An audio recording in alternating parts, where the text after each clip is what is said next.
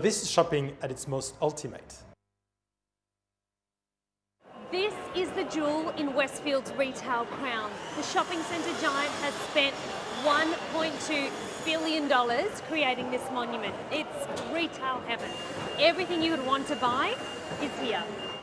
Sally, Westfield Sydney is a shopping centre as good as you would find anywhere in the world. And they would know.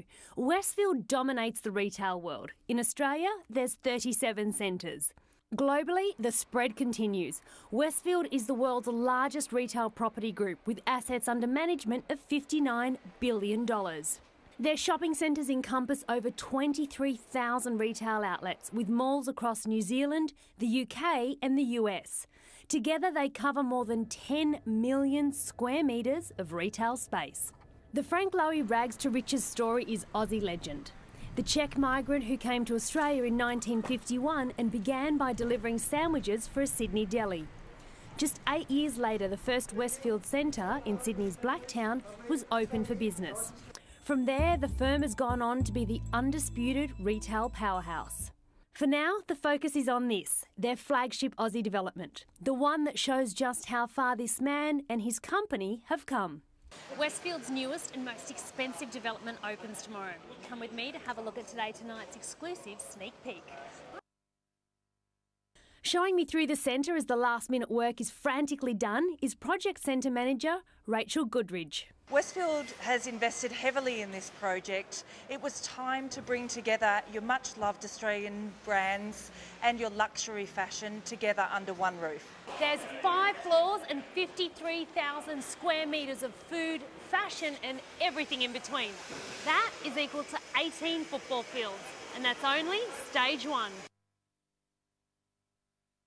The centre has all the old favourites, alongside many highly anticipated and new luxury fashion houses. For those coveting celebrity fashion at its best, there's Australia's first Diane von Furstenberg, Mulberry and DKNY jeans store.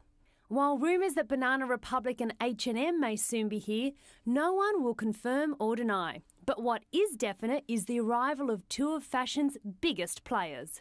Rachel, I'm so excited that Gap is finally here. No, Gap, we are so excited that Gap is part of Westfield Sydney, and as you can see, the staff are busy stocking the shelves with what Gap is famous for, great basics at affordable prices. I think Australians are just going to love this. Absolutely.